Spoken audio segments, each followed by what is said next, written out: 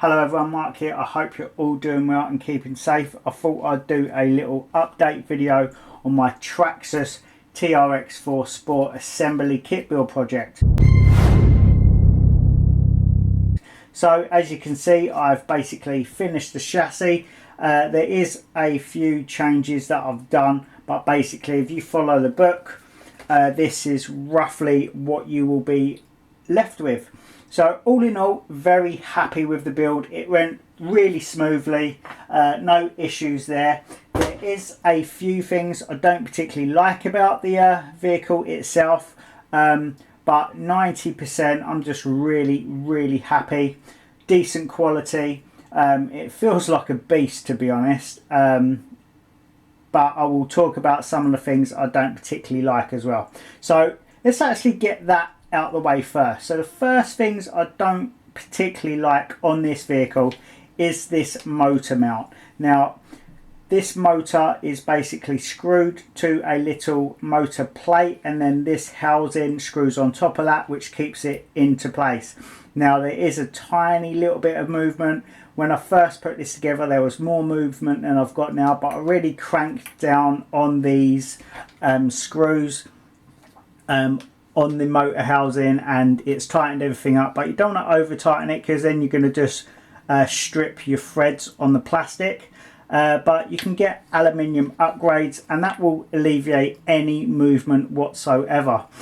Some people saying the movement is good, some people are saying that the movement is bad. So I will basically test that out myself, and like I say, I'm not worried about the movement, but I would have preferred it to have none.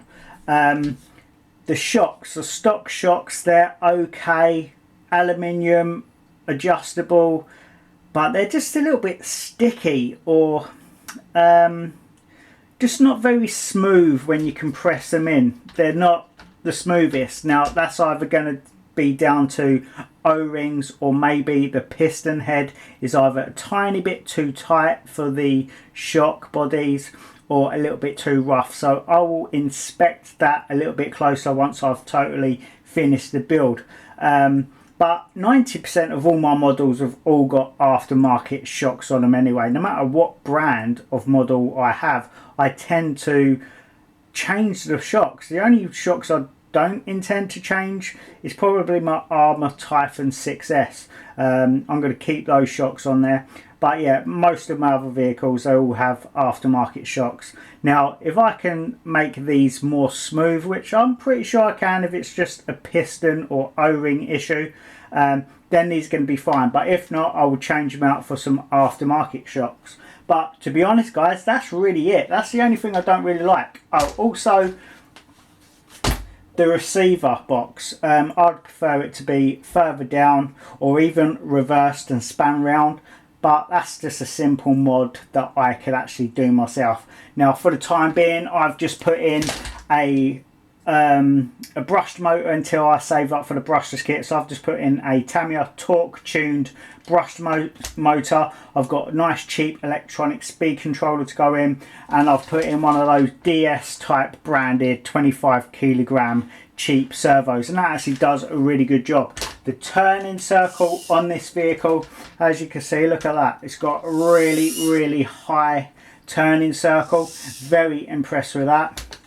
The locking diffs are nice and stiff, pretty hard to actually push that.